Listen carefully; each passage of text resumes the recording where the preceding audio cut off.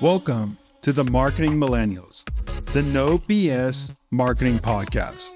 I'm Daniel Murray, and join me for unfiltered conversations with the brains behind marketing's coolest companies.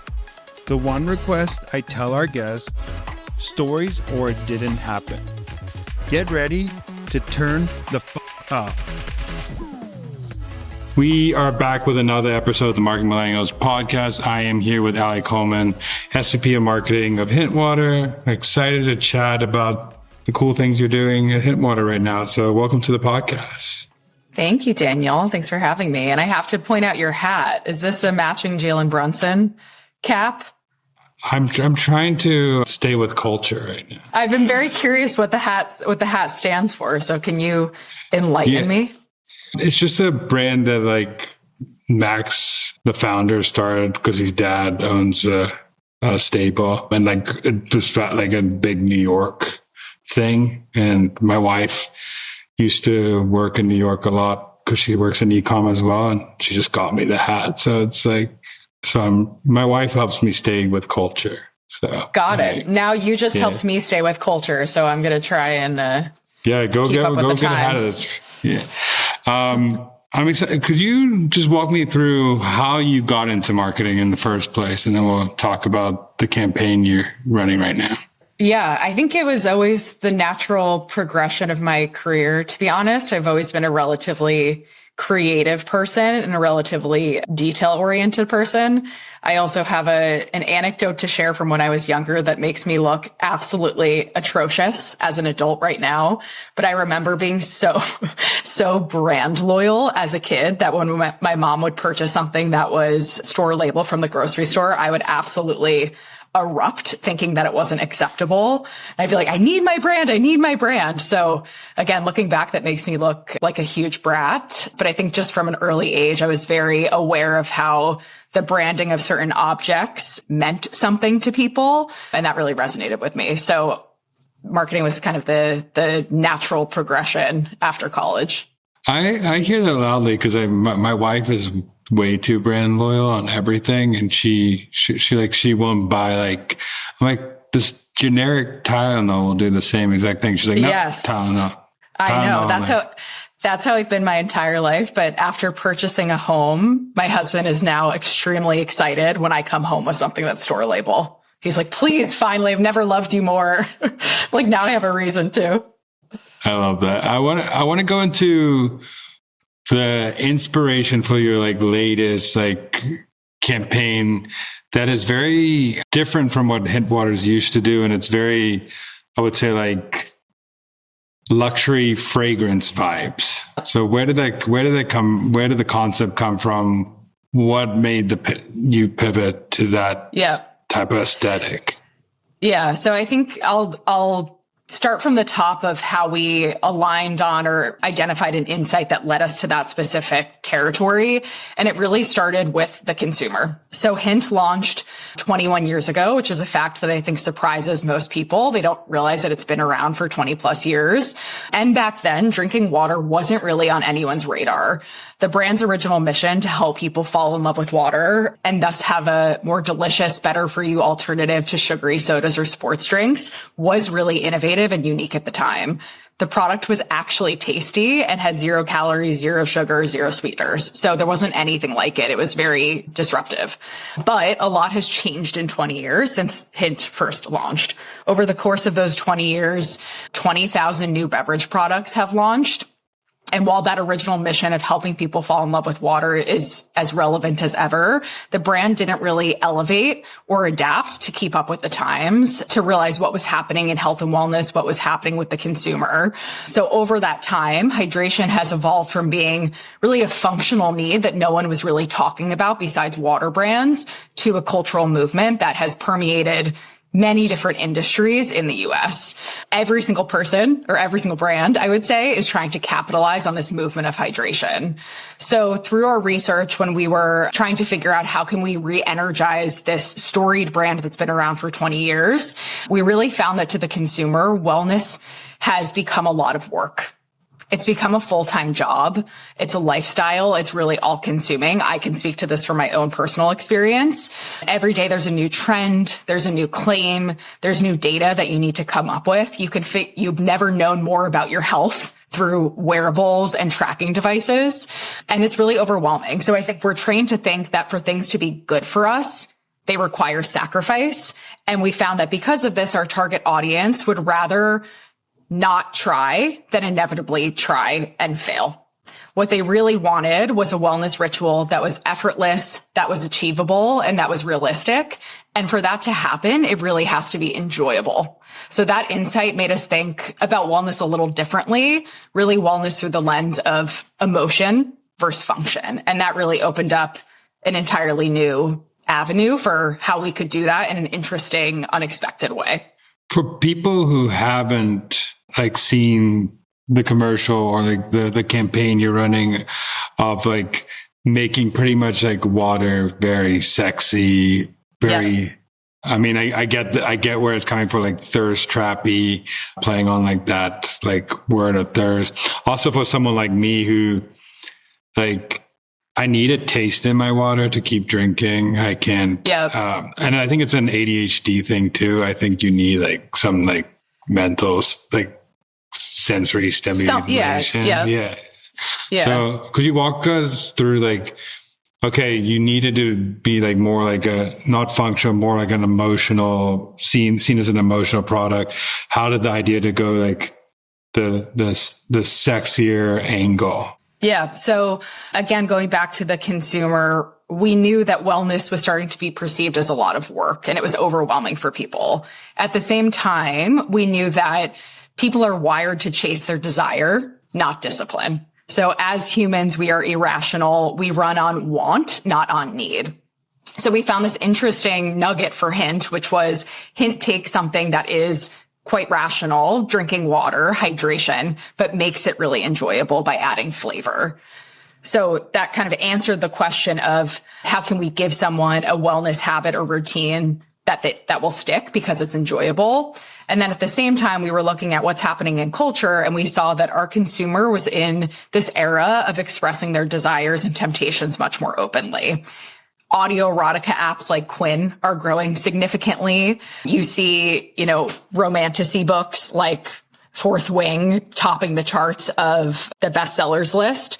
And you see people just more openly expressing their sexuality. Celebrities like Sabrina Carpenter making her sexuality part of her brand. Taylor Swift writing a song called Wood. I love to bring up these little nuggets so I can mention both of them in one sentence. And shows like Heated Rivalry and Off Campus absolutely dominating the cultural conversation.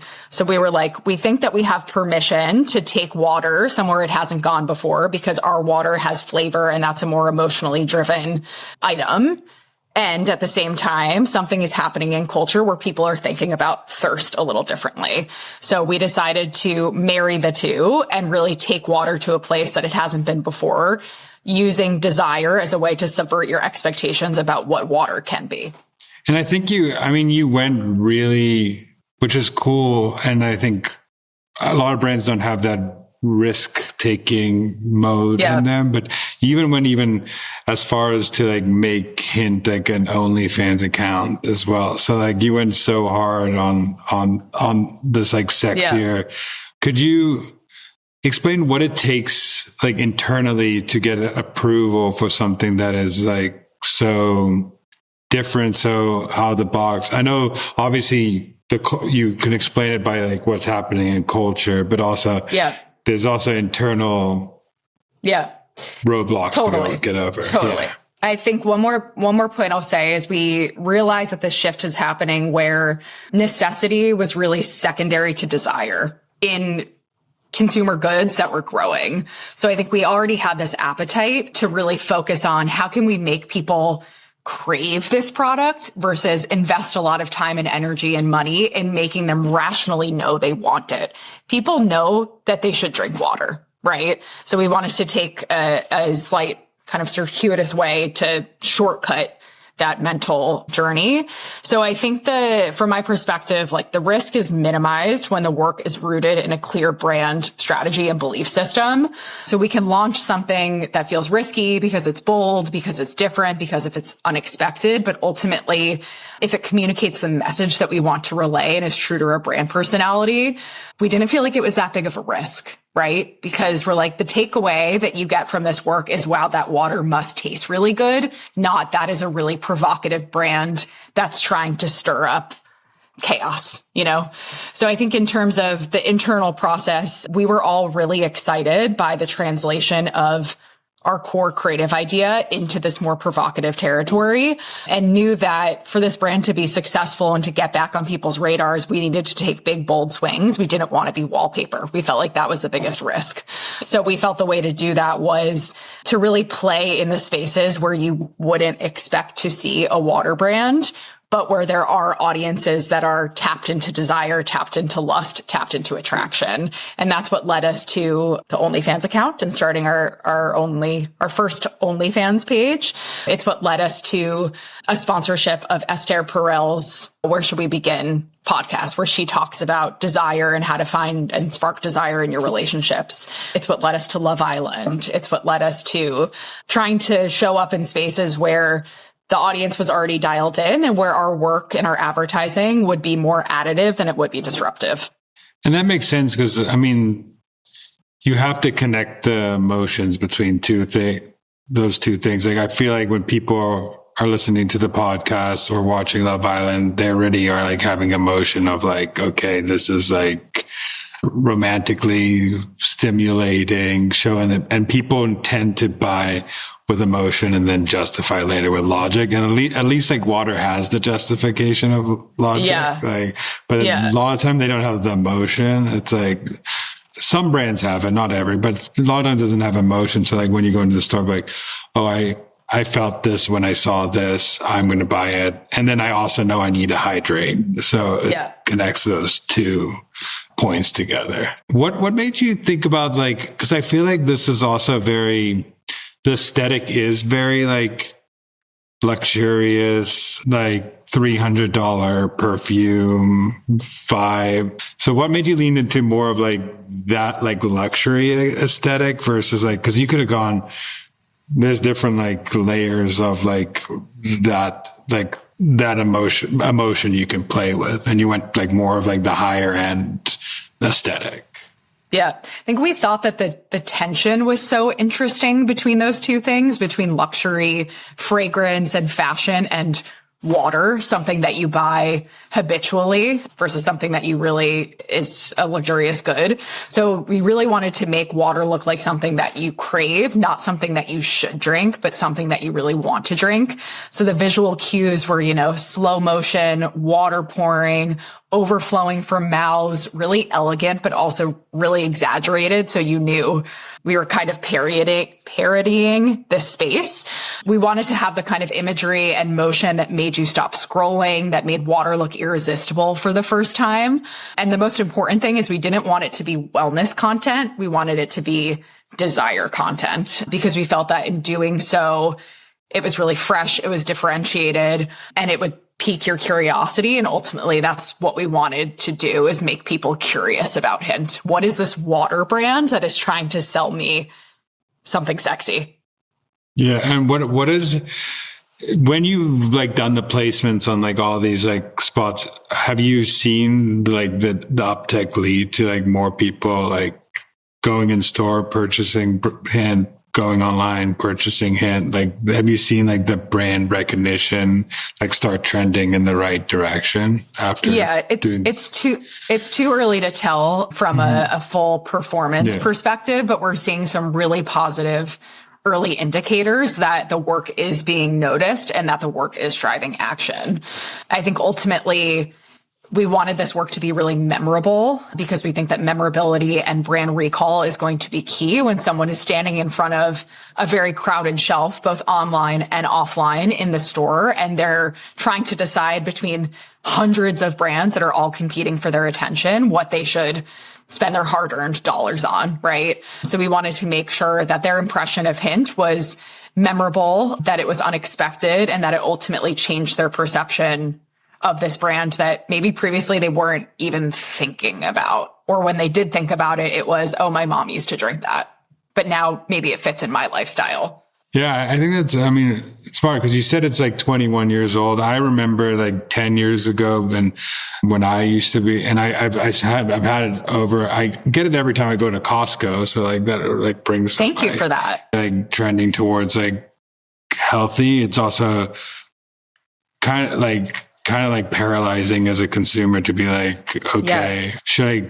Should I even do drink water, or should I do electrolytes, or should I get IVs, or what should I do to stay hydrated? Because I don't everybody tells me a different thing every single week. Completely. It's complicated. It's confusing. And I think ultimately the wellness products that are successful are those that create habitualness and routine and ritual. And the way that you do that is by something being achievable and attainable and enjoyable. And that's what we're trying to do, because we talk a lot about how, water is really the ultimate wellness beverage, right? Mm-hmm. Like there's a lot of discourse about, do you need all of these things, all these supplements, all these ingredients, or do you just need to sleep 8 hours a night, drink enough water during the day, and eat whole foods, right? Like we live in a consumerist society, so we're all trying to sell you a million things at once.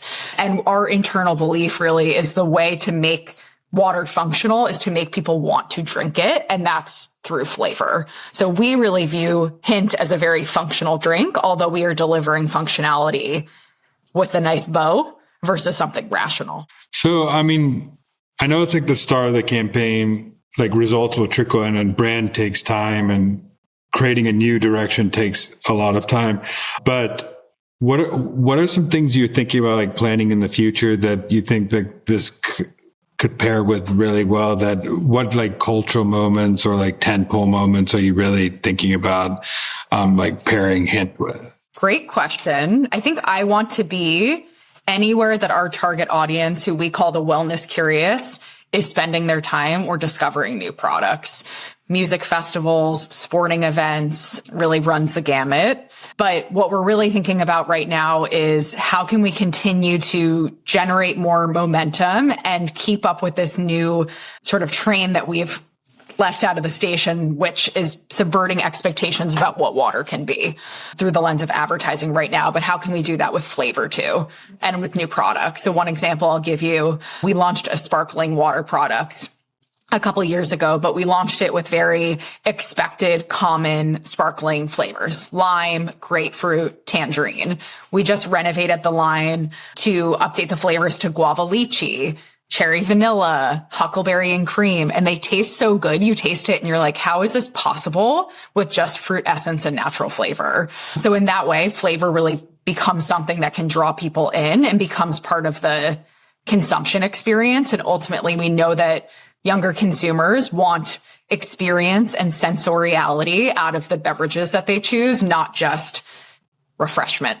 Yeah. And I also think, this is like the perfect time of year where people are thinking about hydration, when it's hotter than normal, when people are going outside, when people are attending certain events. There's those events like music festivals, you always are looking for your like hydration kick, or how I'm going to stay hydrated. Or at least I am. I always like have a hydration plan when I'm like going to a music event or stuff like that. So I think like obviously summer is like like one of the biggest moments to like be a part of, and then it carries on throughout the year. But just think about beyond cultural events, how much water has become part of the conversation of like people knowing that they need to stay hydrated. I talk about this with my friends a lot. Now, when you go to the playground, I have 2 young kids. You go to the playground, all you see are moms chasing their kids around with these giant water bottles. And I talked to my mom. I'm like, when I was a kid, were you trying to get me to drink water? And she was like, hell no. I would be lucky if you drank a juice, It just has kind of moved down the funnel of like every single person knows the importance of drinking water. How can we make it a more positive experience for people? Yeah, I love millennial moms and dads are just trying to overhydrate their kids. I mean, I don't even think it's overhydrated. Yeah, it's just like because we like fear not drinking enough water. It's super true. I mean, like you see it through the trends, like Stanley Cups, and then Stanley Cups moved to like all like IV packets, and then IV packets become. So it definitely is part of we knowing that we need to do this, but we're overwhelmed and don't want to have like paradox of choice all the time. So I also want to going behind the scenes and like ask you, like, as a brand person, like, what is the best way to like write a brief to get something like this out? I think like the art of a brief is it's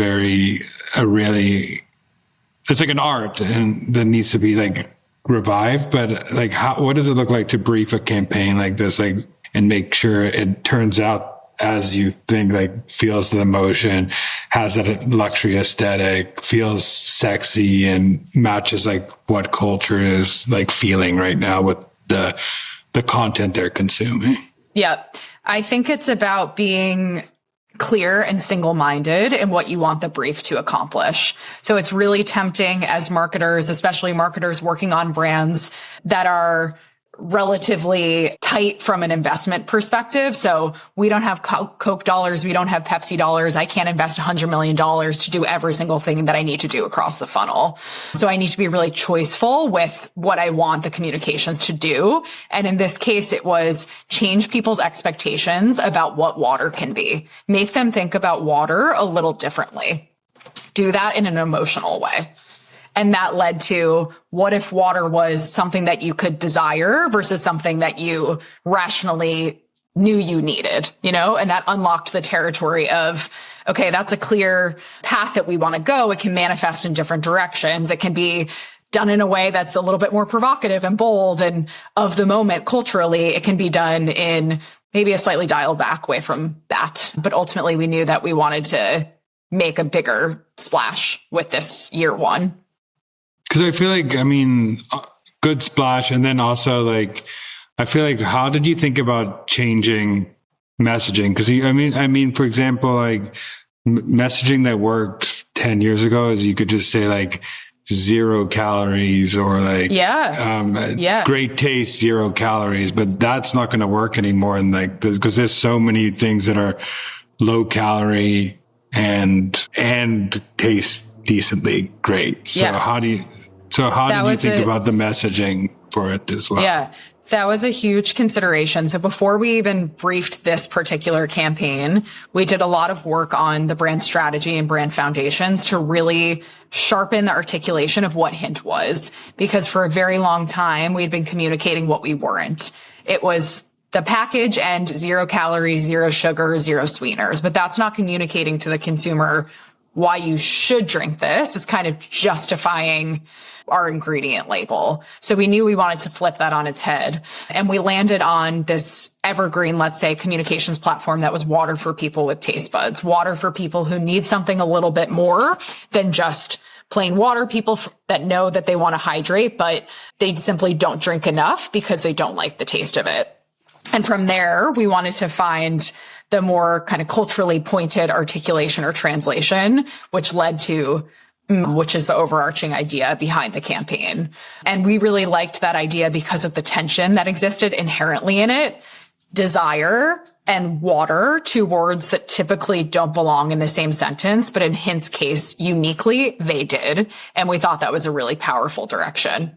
I also think what it's doing too is like shifting the narrative to like the people who actually like the wellness people who are just thinking about wellness ingredients to like shifting the narrative to people who like, you're basically saying like, if you have taste, you're drinking this water and people like, that's like an emotional like jab. It's not, I would say in a good way. Like, if you have taste, you're drinking this water. If you don't have taste, okay, go drink something else. Like, it's very interesting you bring that up because I remember one specific piece of feedback, which was like, is this going to be insulting to people who don't drink the brand by implying that they don't have taste buds? And my perspective was no, because if you see yourself that way, then the product's not for you, right? I think one additional shift that we had in the way that we decided to market this brand moving forward is we can't be everything to everyone, right? So we are saying for people who are wellness curious, who let's call them wellness dabblers, not disciples, who care about doing things that are good for them, but are not going to do them at the expense of enjoying that, this is for you. If you're good with plain water, if you're good with other options, then that's okay too, you know?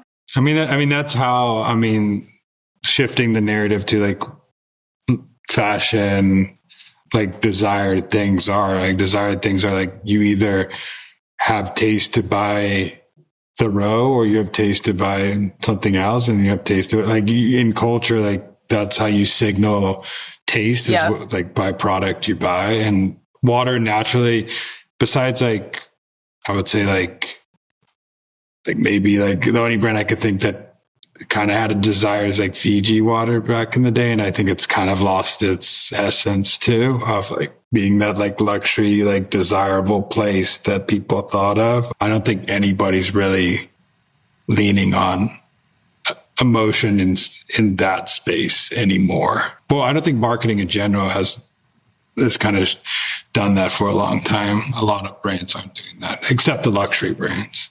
Yeah, we just thought it was so fresh and entertaining, to be honest, especially when you started to see this misdirect of like, you are watching this commercial where you think these two insanely attractive people are coming together, you know, to hook up. And then all of a sudden they really just want to drink more water. They're lusting after the water and not each other. And we just frankly found that to be funny and refreshing and entertaining to watch. And ultimately that's what we're trying to do with our content, right? We're competing with trillions of pieces of content. So if we can do something that is entertaining and exciting and fun to watch, then that's a win from an advertising perspective. I also want to ask you, like, what do you think most like people in the like a CPG marketer are doing wrong now? Like you've seen all these brands on the shelf. Like what are, like, as a marketer giving advice to other people in CPG, like what do you recommend they should do to should think about as a CPG marketer? That's a tough question. What are they doing wrong? I can say what I think people are doing right and should do more of is really understanding the entire consumer journey and marrying your content strategy to where someone is in that consumer journey. So you can't expect every single piece of content or work that you put out to do everything and accomplish everything, but it all builds, right? There's no, except for maybe a viral video that is lightning in a bottle, every single impression counts. So make sure that you are thinking about where your consumer is, where they're at in the shopping journey, and how can you just expose them more times and more times and more times so that when they are in a shopper mindset, they're primed to purchase. I want to also ask you, like, in the space in general, what do you think is like the most overrated claims in wellness right now? I mean, there's so many of them. It's hard to pinpoint one. I think it's just overwhelming that it is permeating every single product. Like, do you need to drink your protein or should you eat a steak? Right? Mm-hmm. Do you need to get fiber through your seltzer or should you eat a piece of whole wheat bread? You know? So I think it's just, it is frustrating as a consumer of a lot of these products to see it influencing, I think, the amount of shelf space that they get to and the direction that the retailer is going, when you know rationally, like, we don't need that stuff, right? I mean, that's very Bethany Frankel vibes too. Bethany Frankel would say exactly the same thing of like, just eat go eat protein, eat a piece of bread. And she's like, but she is one of those people who is always severely dehydrated too. So she needs more water. The thing is, like, for Hint, I feel like there's so much noise in health and wellness, but there is a real consumer need. 85% of people agree that hydration is a top health priority and that water is by far and away the healthiest beverage. 40% of people say they don't drink enough water because they don't like the taste. Hint is water that has taste in it, and a range of flavors based on what your flavor preferences are, but it doesn't have anything bad in it. And it's so simple, right? So that's where it frustrates me when it's like this with protein, this with fiber, this with electrolytes, this with alkaline, like all these things that are not really answering the main brief, I'd say. Yeah, I totally understand that. And I also understand it's a difference between like following, like a lot of these stuff are trends that are going to ebb and flow. Like protein is a trend now, like fiber is becoming the next trend. And then like GLP-1 friendly is a trend. And like all these are just like trend, but like water is like everybody knows you need water. Everybody knows you need sleep, but it's also like water is a type of thing where it's like, you don't know you're not drinking enough water until you start like, you go to the doctor, get checked on, and like, what are you doing? Like, you're like, drink more water. It's like something that you need a constant reminder where it's as good as you're making it more like a desirable thing more than oh yeah, I know I need water. Yep. On that point, a shift that we have seen in the past couple of years is like the badgification of consumer goods, right? So if you are holding a Stanley bottle or an Owala bottle, it signals like I care about my health, right? Because I am committed to drinking 64 ounces of water. If you're seen with a modern soda or you're seen with a protein drink, it's, I'm with the times and I am invested in what I'm putting into my body. So it's all about signaling too. So going back to a point that you made or question you asked me earlier of what should CPG brands focus on? I mean, your package needs to be the king. We talked about this a lot when we did this brand refresh, and the packaging is the number one source of impressions for the brand.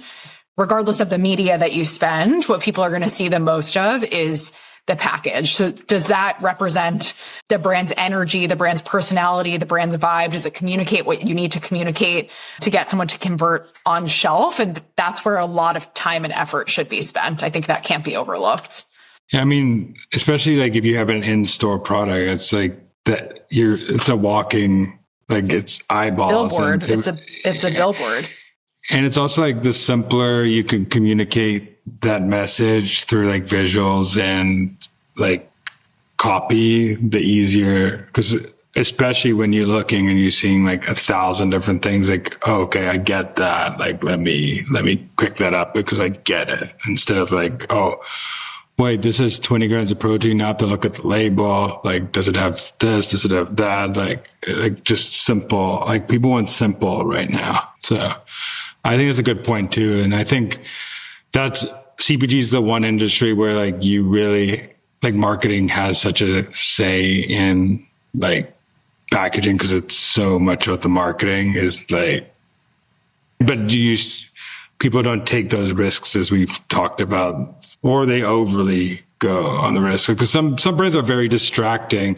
Like you could tell the difference between like a healthy brand and not a healthy brand versus like unhealthy brands is distracting, a lot of colors, a lot of like things going on because they're trying to like get, versus like a simple brand is simple, like easy to communicate. Not necessarily though. I feel like there's a real mixing and mashing of the spaces of brands that are better for you are still trying to signal taste and indulgence and pleasure, so that they're not communicating that there's a sacrifice inherent in the product, That's a good point. Yeah, I think I'm just thinking of like probably one category, but I think there's so many categories that I'm just thinking of like energy drinks, for example. Like the simpler ones are always like the better ones, and the ones that are crazy are like trying to attract like the kids that don't really think about those things. Yes. Lastly, what's a marketing hill you would die on? I ask everybody that on my podcast. A marketing hill I would die on. I would die on, you need to invest in brand. I've seen this across many different work experiences, and it ultimately always comes back here of, we've maxed out on short-term performance potential. How do we unlock potential for the brand in the long term? And it's like, well, I could have told you that. I think it's really, really paramount that you invest in building the brand strategy, the brand's foundation, and making sure that there is communication and substance around why you exist and why the brand should mean something to someone beyond just what does my product rationally do for you and how can I convert you to an immediate purchase. I think that is the key to long-term success. And there are many smarter, more experienced marketers that would also die on that hill. But I am a brand girly through and through. And I think people like mistake what brand is. I think what you just said of like having a foundation of a strategy, like clear positioning, messaging, clear like what we're trying to be in the market. And it's different than you're like saying like, yeah, we run these like this like sexy campaign, because it's like that's all budget like dependent. It doesn't really like, but yes, having a foundation also guides what paid advertising does what product does, like it guides every part of the business, not just not just brand.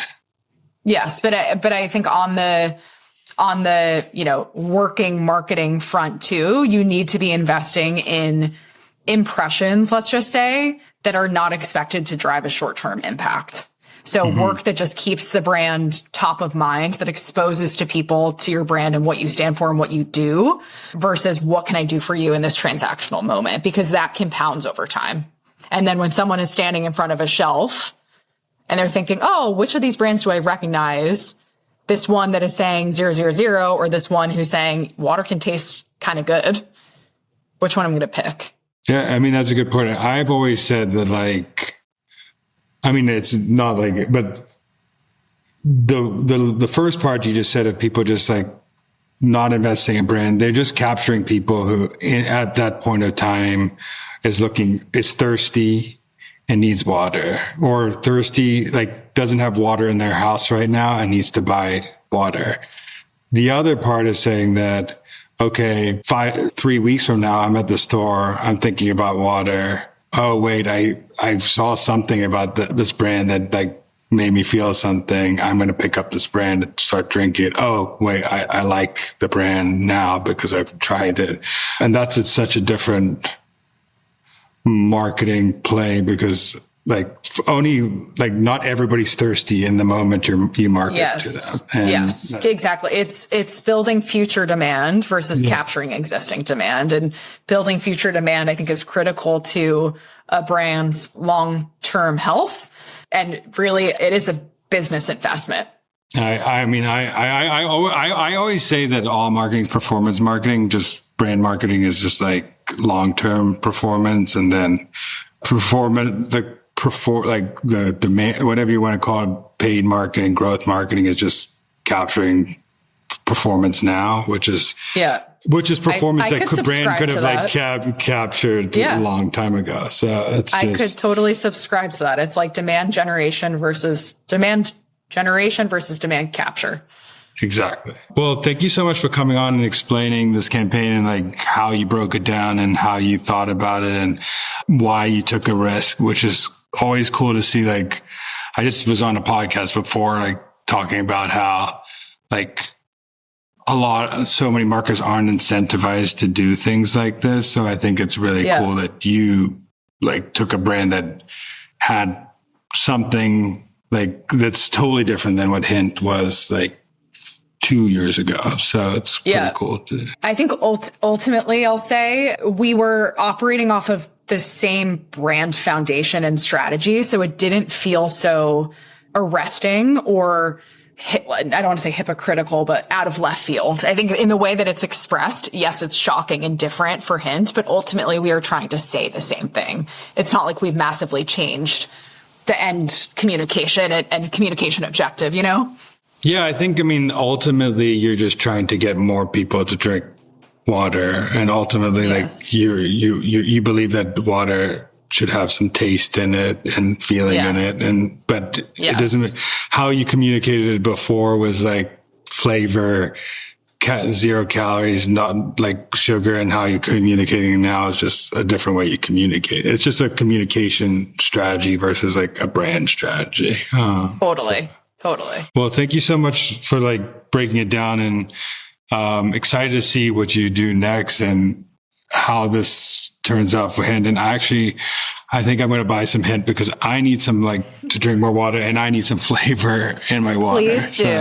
Please do. My last funny story I'll leave you with. My husband works in advertising, and we were cracking up on the day that we launched our OnlyFans, and he was like, should I post on LinkedIn? Check out my wife's OnlyFans page. But I was like, please do that. Ultimately, he didn't. That actually would be hilarious and like eye-opening to a lot of people. Yeah, it's funny. Me and my wife both work in marketing, and she's runs marketing for a body wash deodorant brand. So we talk about marketing, and I'm on the other side of marketing. So it's funny. Yeah. You know?